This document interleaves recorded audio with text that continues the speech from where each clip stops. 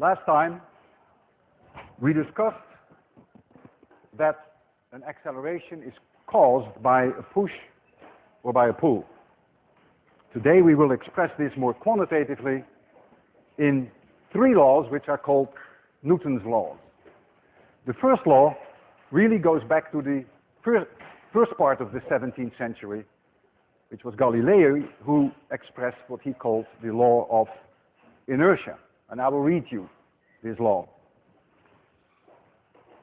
A body at rest remains at rest, and a body in motion continues to move at constant velocity along a straight line unless acted upon by an external force. And now I will read to you Newton's own words in his famous book, Principia. Every body perseveres in its state of rest or of uniform motion in a right line unless it is compelled to change that state by forces impressed upon it. Now, Newton's first law is clearly against our daily experiences. Things that move don't move along a straight line and don't continue to move. And the reason is there's gravity. And there is another reason. Even if you remove gravity, then there is friction. There's air drag. And so things will always come to a halt. But we believe, though, that in the absence of any forces, indeed an object, if it had a certain velocity, would continue along a straight line forever and ever and ever. Now this law, this very fundamental law, does not hold in all reference frames. For instance, it doesn't hold in a reference frame which itself is being accelerated. Imagine that I accelerate myself right here. I either jump my horse, or I take my bicycle, or my motorcycle, or my car, and you see me being accelerated in this direction. And you sit there, and you say, aha, his velocity is changing. Therefore, according to the first law, there must be a force on him. And you say, hey there, do you feel that force? And I said, yeah, I do. I really feel that. I feel someone's pushing me. Consistent with the first law. Perfect. The first law works for you. Now I'm here. I'm being accelerated in this direction. And you all come towards me, being accelerated in this direction. I say, aha, the first law should work. So these people should feel a push. I say, hey there, do you feel the push? And you say, I feel nothing. There is no push, there is no pull. Therefore, the first law doesn't work for my frame of reference if I'm being accelerated towards you. So now comes the question, when does the first law work? Well, the first law works when the frame of reference is what we call an inertial frame of reference. And an inertial frame of reference would then be a frame in which there are no accelerations of any kind. Is that possible? Is 26100, is this lecture hall, an inertial reference frame? For one, the Earth rotates about its own axis and 26100 goes with it. That gives you a centripetal acceleration. Number two, the Earth goes around the Sun. That gives it a centripetal acceleration, including the Earth, including you, including 26100. The Sun goes around the Milky Way, and you can go on and on. So clearly, 26100 is not an inertial reference frame. We can try to make an estimate on how large these accelerations are that we experience here in 26100. And let's start with the one that is due to the Earth rotation. So here's the Earth, rotating with angular velocity omega, and here is the equator, and the Earth has a certain radius. Radius of the Earth. This is the symbol for Earth. Now I know that 26100 is here, but let's just take the worst case that you're on the equator. You're there. You go around like this, and in order to do that, you need a centripetal acceleration, AC, which, as we have seen last time, equals omega square r. How large is that one? Well, the period of rotation for the Earth is 24 hours times 3600 seconds. So omega equals 2 pi divided by 24 times 3600, and that would then be in radians per second.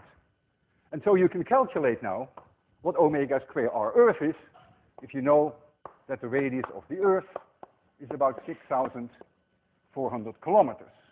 Make sure you convert this to meters, of course. And you will find then that the centripetal acceleration at the equator, which is the worst case, it's less here, is 0.034 meters per second squared. And this is way, way less. This is 300 times smaller than the gravitational acceleration that you experience here on Earth. And if we take the motion of the Earth around the Sun, then it is an additional factor of 5 times lower.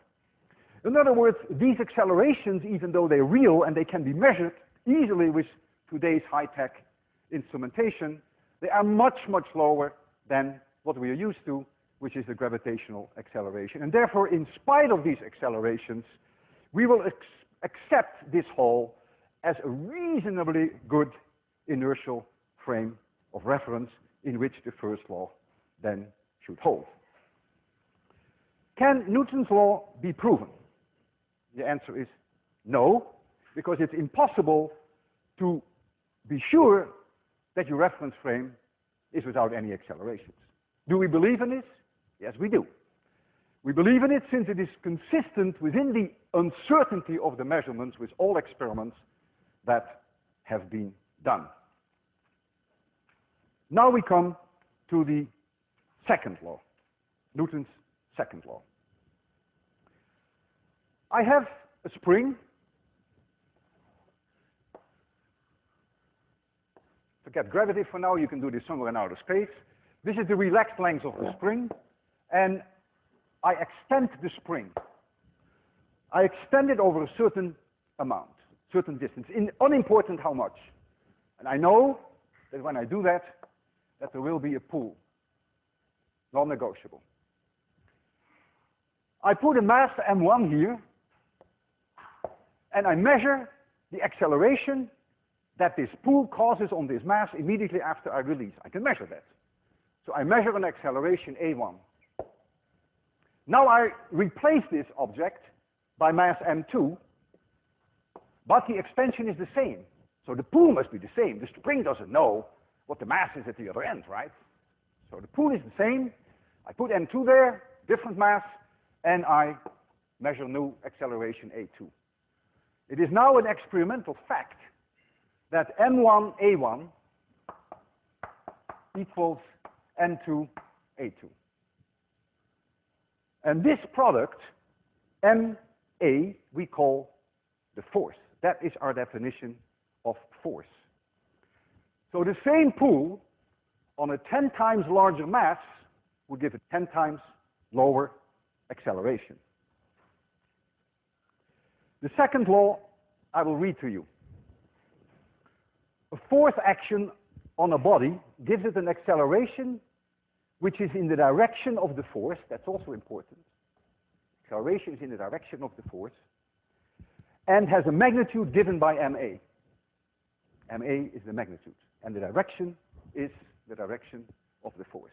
And so now we will write this in all glorious detail. This is the second law by Newton. Perhaps the most important law in all of physics, but certainly in all of 801. F equals ma. The units of this force are kilograms times meters per second squared. In honor of the great man, we call that 1 Newton.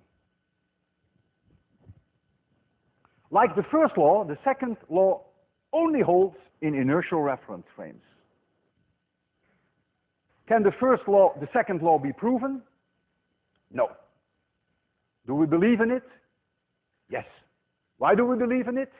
Because all experiments and all measurements within the uncertainty of the measurements are in agreement with the second law. Now you may object, and you may say, this is strange what you've been doing. How can you ever determine a mass if there is no force somewhere? Because if you want to determine the mass, maybe you put it on a scale. And when you put it on a scale to determine the mass, you make use of the gravitational force. So isn't that some kind of a circular argument that you're using? And the answer is no. I can be somewhere in outer space where there is no gravity. I have two pieces of cheese. They are identical in size. This is cheese without holes, by the way. They are identical in size. The sum of the two has double the mass of one.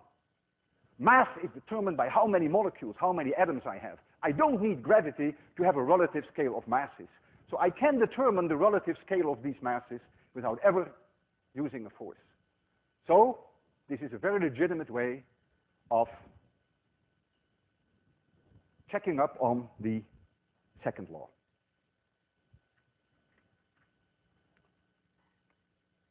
Since all objects in this lecture hall and near Earth fall with the constant acceleration, which is g, we can write down that the gravitational force would be m times this acceleration g. I would normally write an a for it, but I make an exception now because of gravity. I call it gravitational force. And so you see that the gravitational force due to the Earth on a particular mass is linearly proportional with the mass. If the mass becomes 10 times larger, then the force due to gravity goes up by a factor of 10. Suppose I have here this softball in my hand. In the reference frame 26100, we will accept to be an inertial reference frame. It's not being accelerated in our reference frame. That means the force on it must be 0. So here is that ball.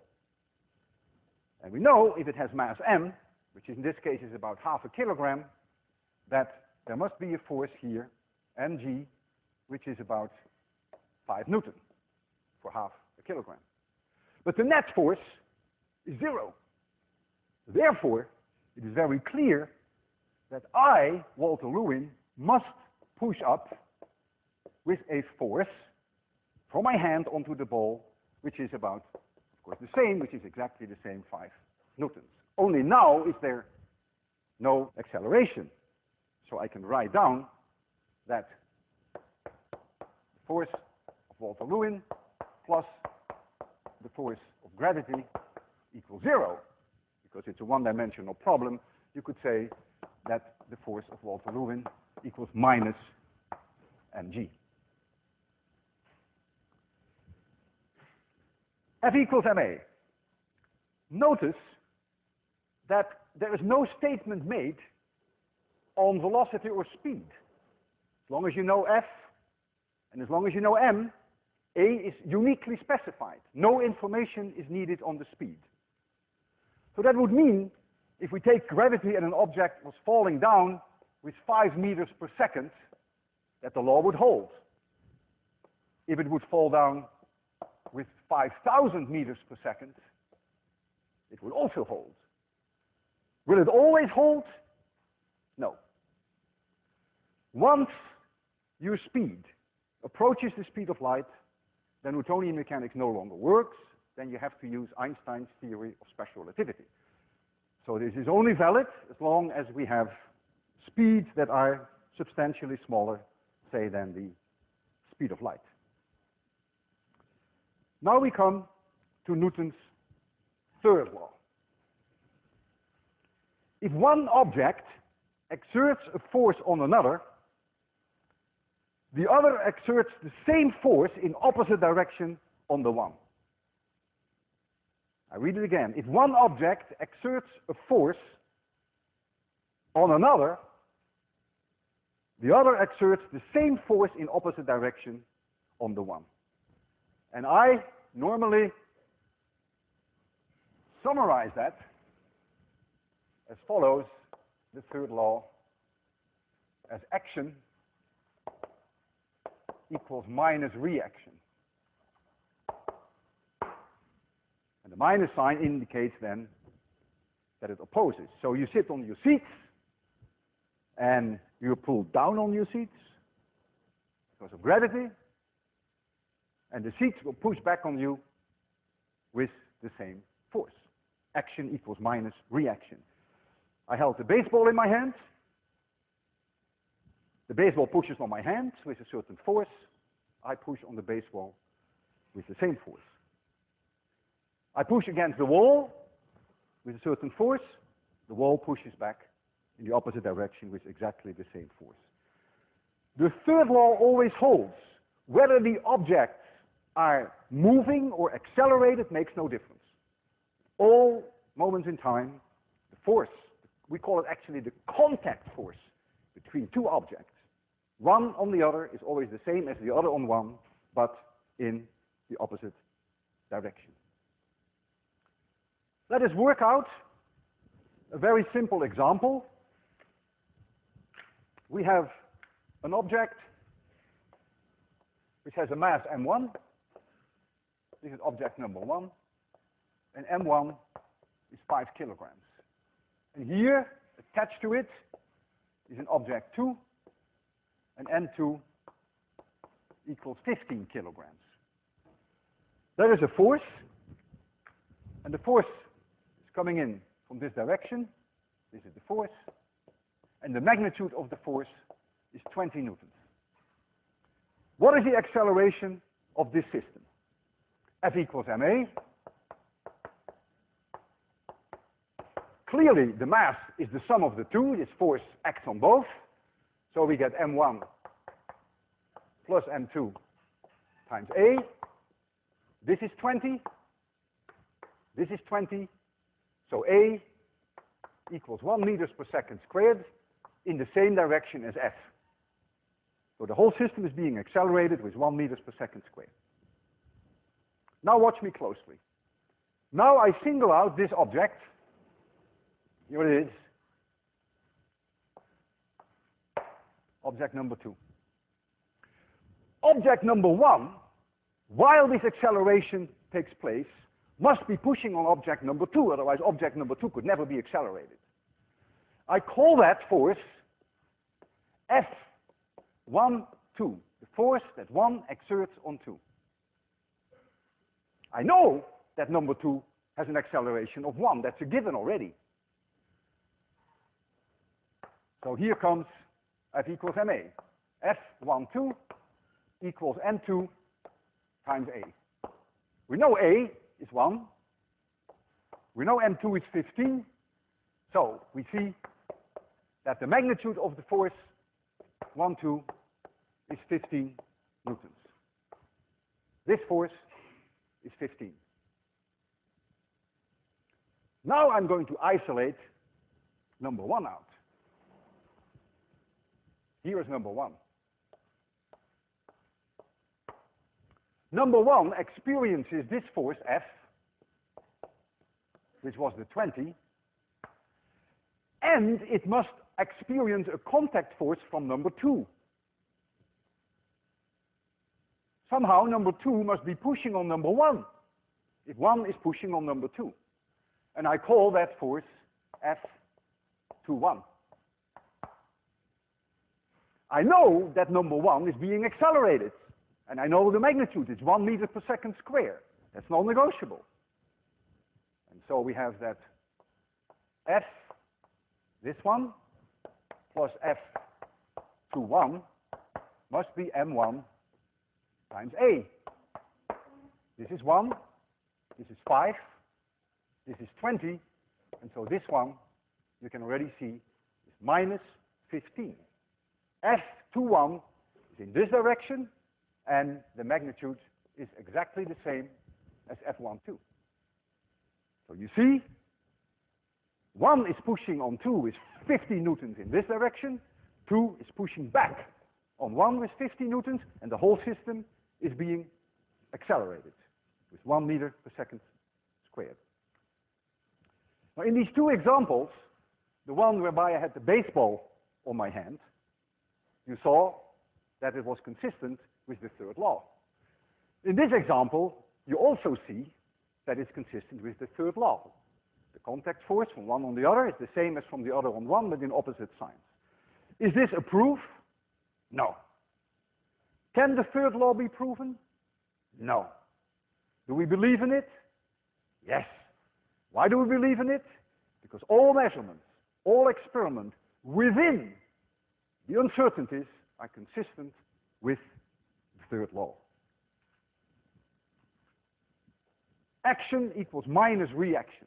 It is something that you experience every day. I remember I had a garden hose in the lawn, and I would open the faucet, and the garden hose would start to snake backwards. Why? Water squirts out. The garden hose pushes onto the water in this direction, the water pushes back onto the garden hose, and it snakes back.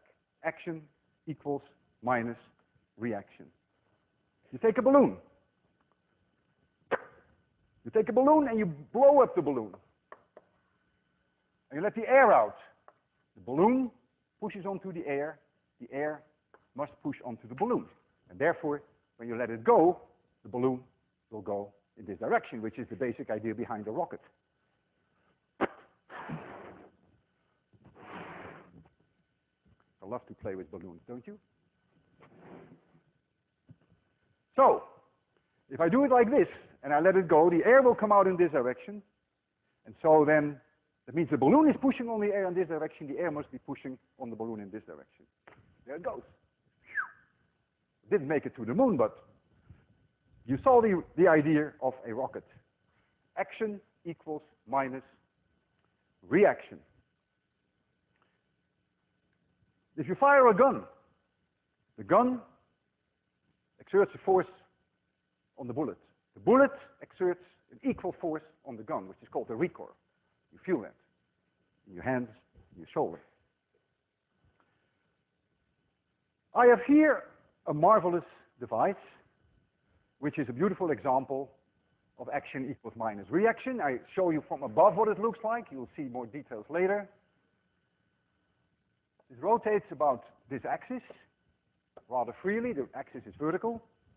And we have here a reservoir of water, which we will heat up. Turns into steam, and these are hollow tubes, and the steam will squirt out. And so when the steam squirts out in this direction, the tube exerts a force on the steam in this direction, so the steam exerts an equal force in the opposite direction, and so the thing will start to rotate like this. And I would like to demonstrate that.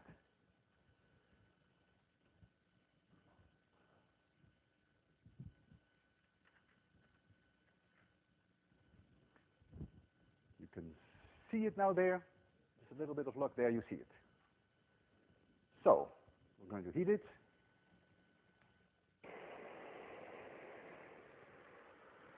Walking. When you walk, you push against the floor. The floor pushes back at you. And if the floor wouldn't push back at you, you couldn't even walk. You couldn't go forwards.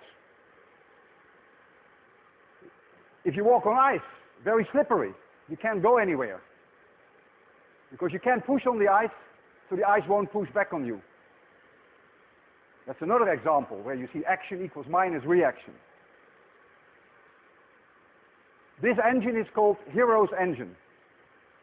Hero, according to the Greek legends, was a priestess of Aphrodite.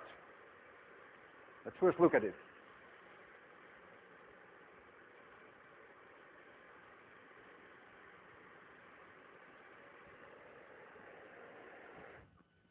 She was a priestess of Aphrodite. And her lover, Leander, would swim across the Hellespont every night to be with her. And then one night, poor guy drowned, and Hero threw herself into the sea. Very romantic thing to do, but of course also not very smart thing to do. On the other hand, it must have been a smart lady if she invented really this engine.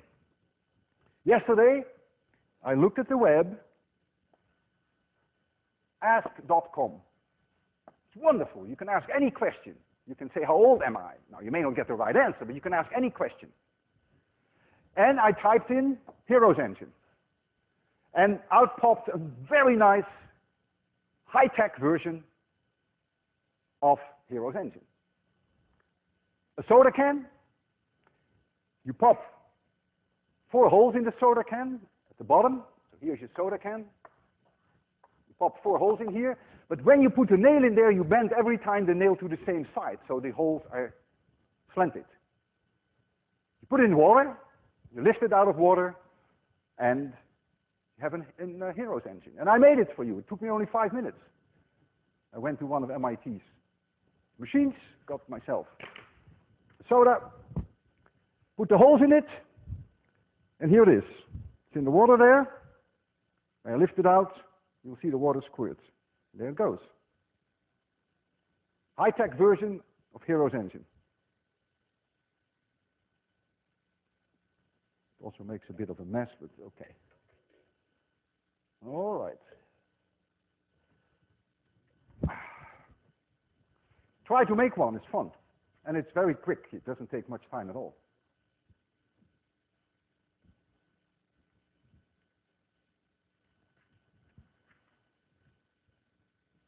There are some bizarre consequences of these laws. Imagine that an object is falling towards the earth. An apple is falling towards the earth from a height, say, of, let's say 100 meters. And let's calculate how long it takes for this apple to hit the earth, which should for you be trivial, of course. So here's the earth. The mass of the earth is about 6 times 10 to the 24 kilograms. And here at a distance h, for which we will take 100 meters, is this apple M, which, say, has a mass of half a kilogram. There is a force from the earth onto the apple. And this is that force. And the magnitude of that force is mg. And that is 5 Newton. I take G10, just round it off a little. Now, how long does it take this object to hit the earth? So we know that 1/2 gt squared equals h. It doesn't start with any initial speed, so that is 100. G is 10, this is 5, so t squared is 20. So t is about 4.5 seconds. So after 4.5 seconds, it hits the earth. So far, so good. But now, according to the third law, the earth must experience exactly the same force as the apple does, but in opposite direction. So therefore, the earth will experience the same force, F, 5 Newton, in this direction. What is the earth going to do? Well, the earth is going to fall towards the apple. F equals ma. So the force on the earth is the mass of the earth times the acceleration of the earth. The force we know is 5. We know the mass, 6 times 10 to the 24. So the acceleration will be 5 divided by 6 times 10 to the 24, which is about 8 times 10 to the minus 25 meters per second squared. How long will the earth fall? Well, the earth will fall roughly 4.5 seconds before they collide. How far does the earth move in the 4.5 seconds? Well, it moves 1/2 a earth t squared, the distance that it moves. We know a, and we know t squared, which is 20. 1/2 times 20 is 10. So that means this distance becomes that number times 10 is about 8 times 10 to the minus 24 meters. The earth moved 8 times 10 to the minus 24 meters. That, of course, is impossible to measure. But just imagine, What a wonderful concept this is. When this ball falls back to me, the Earth and you and I and MIT are falling towards the ball. Every time that the ball comes down, we're falling towards the ball. Imagine the power I have over you and over the Earth. But you may want to think about this. If I throw the ball up, going to be away from the Earth, I bet you anything that the Earth will also go away from the ball. So as I do this, casually, playing, believe me, man, what a gorgeous feeling it is. Earth is going down, Earth is coming towards the ball. The Earth is going down, and I'm part of the Earth. And I'm shaking this Earth up and down by simply playing with this ball. That is the consequence of Newton's third law, even though the amount by which the Earth moves is, of course, too small to be measured. I now want to work out with you a rather detailed example of something in which we combine what we have learned today, a down-to-earth problem, the kind of a problem that you might see on an exam or on an assignment. We hang an object on two strings. And one string makes an angle of 60 degrees with the vertical, and the other makes an angle of 45 degrees with the vertical. So this is the one that makes an angle, 60 degrees with the horizon, 30 degrees with the vertical.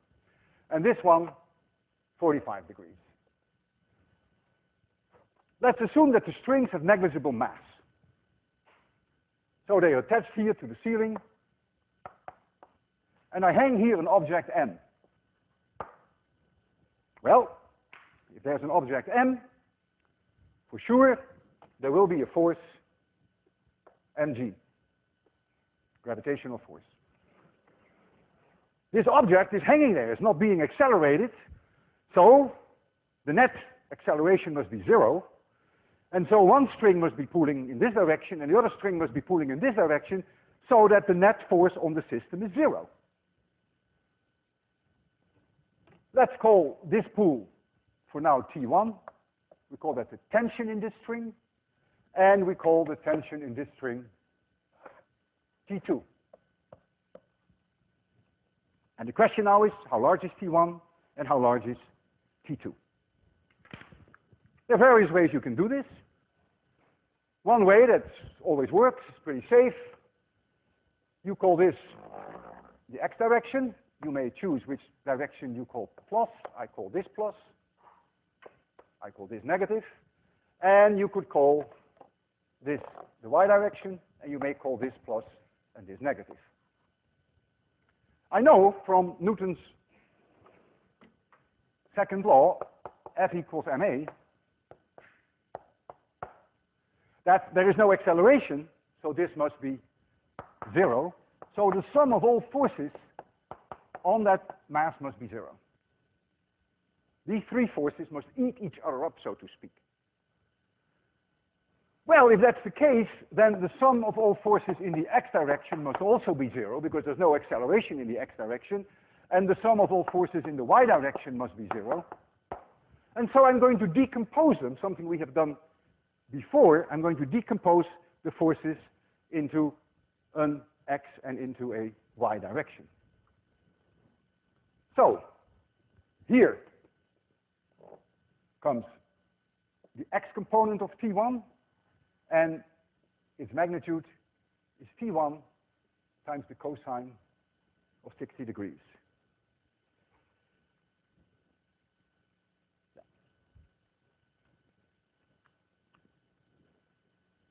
Now, I want to know what this one is. This one is T1 times the sine of 60 degrees.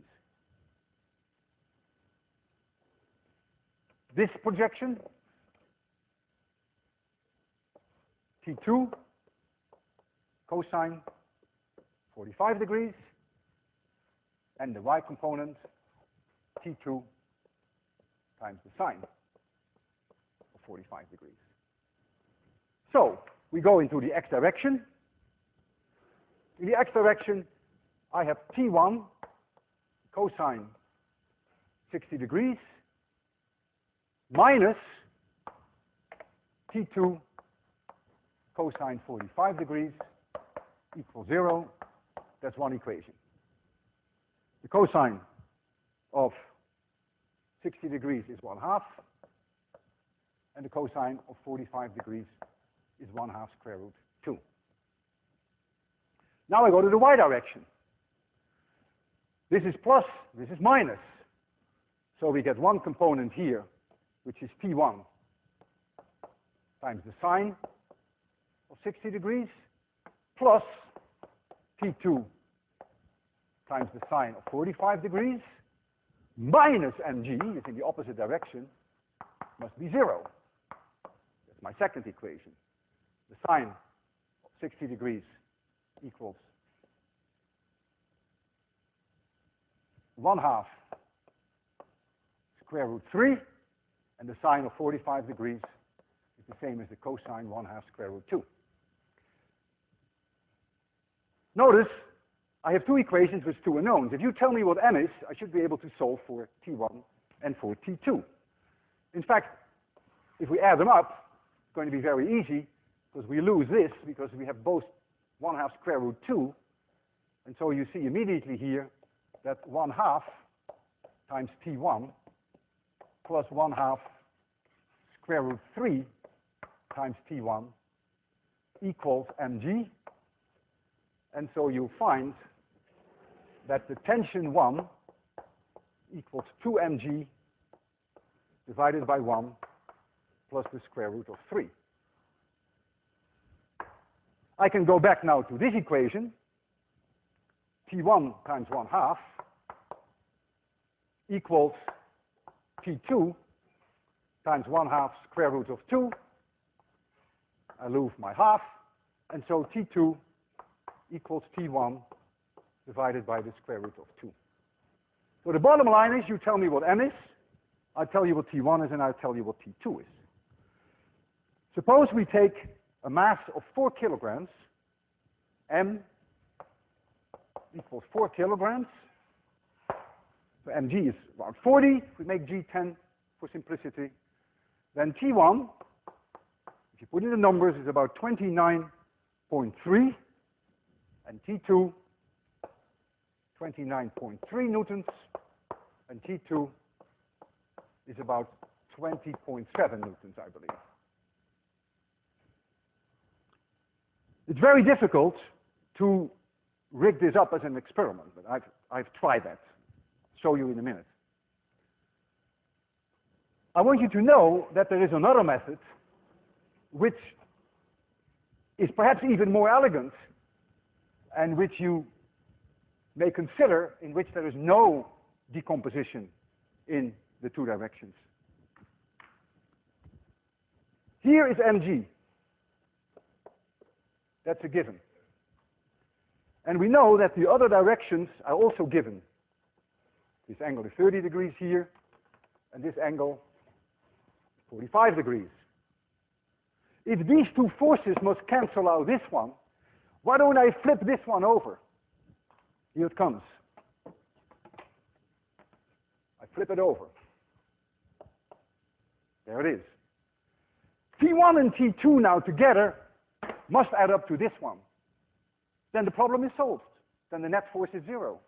Well, that's easy. I do this.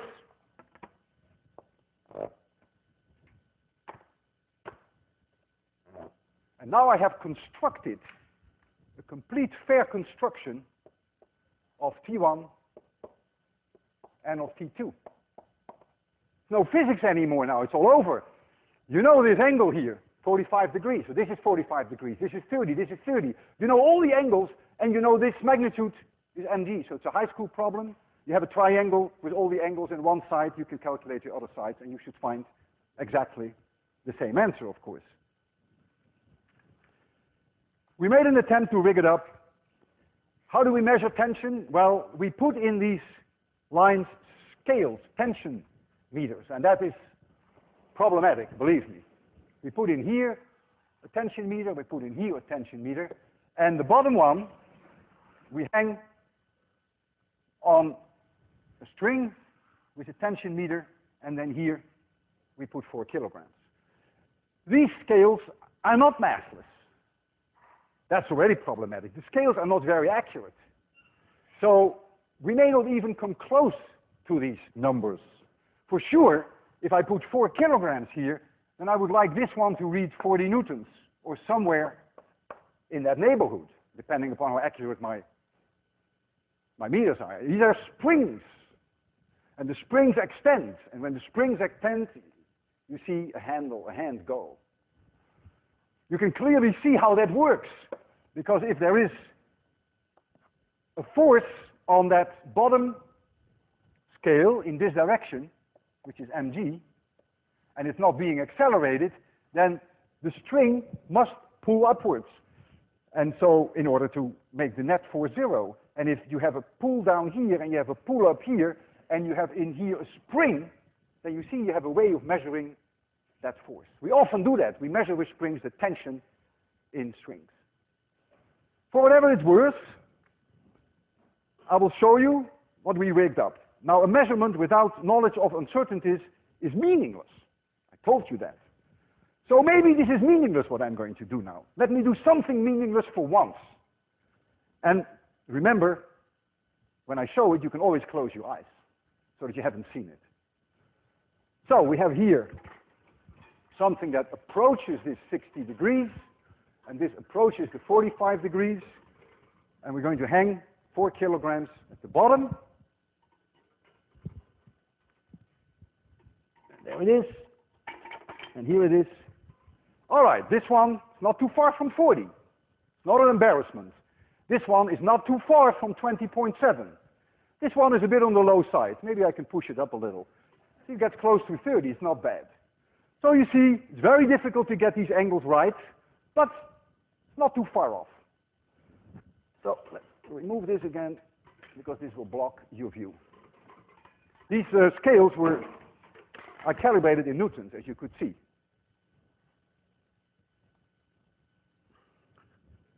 Now we come to something very delicate. Now I need your alertness and I need your help. I have a block, you see it there, and that block weighs 2 kilograms. A red block. So here it is. It's red. And I have 2 strings. It's hanging from a black string here and a black string there. Ignore that red string, that is just a safety. But it's a very thin thread here and here.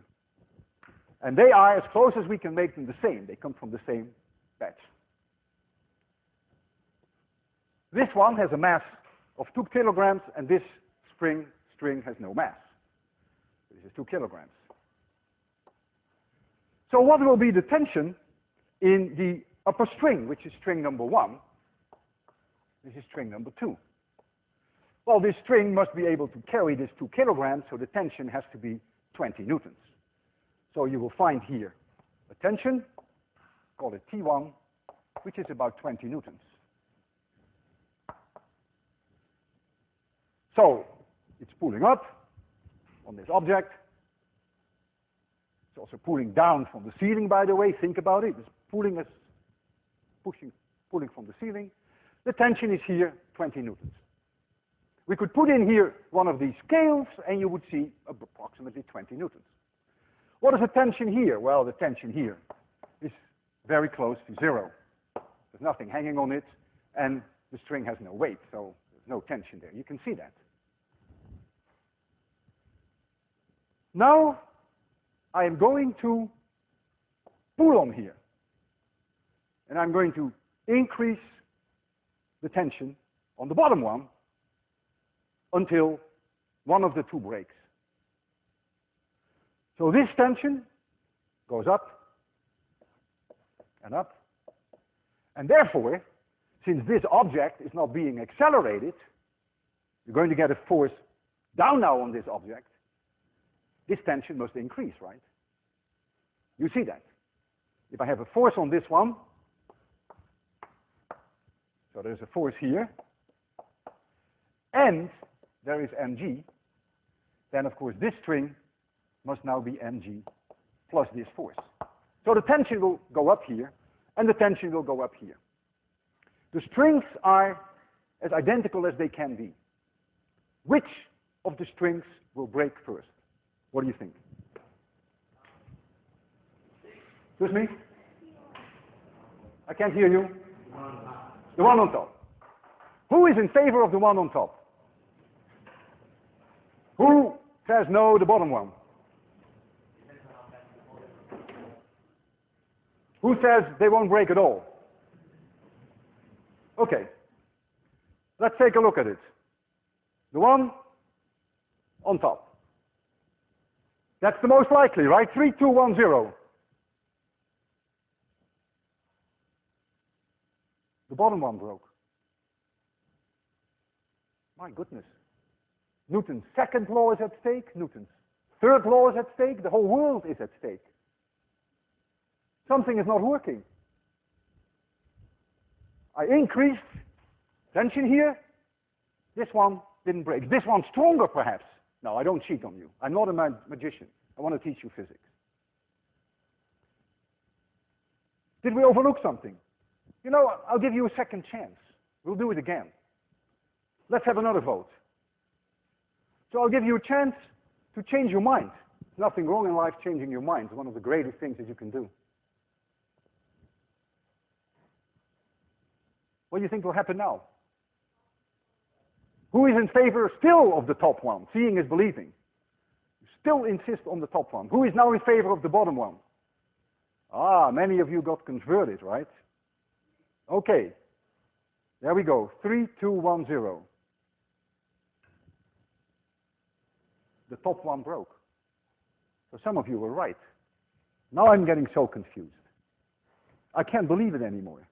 First we argued that the top one should break, but it didn't. The bottom one broke. Then we had another vote, and then the top one broke. Is someone pulling our leg? I suggest we do it one more time. I suggest we do it one more time, and whatever is going to happen, that's the winner. If the top one breaks, that's the winner. The bottom one breaks, well, then we have to accept that. But I want you to vote again. I want you to vote again on this decisive measurement, whether the top one will break first or the bottom one. Who is in favor of the top one? Many of you are scared, right? You're not voting anymore. I can tell you're not voting. Who is in favor of the bottom one? Only 10 people are voting. Let's do this in an undemocratic way. You may decide. What's your name? Oh, Lisa? Georgia, close enough. You may decide whether the top one or the bottom one will break. Isn't that great? Doesn't it give you a fantastic amount of power? The bottom one. The bottom one. We ready? 3, 2, 1, 0. Bottom one broke. You were right. You will pass this course. Thank you, and see you Wednesday. By the way, think about this. Think about this.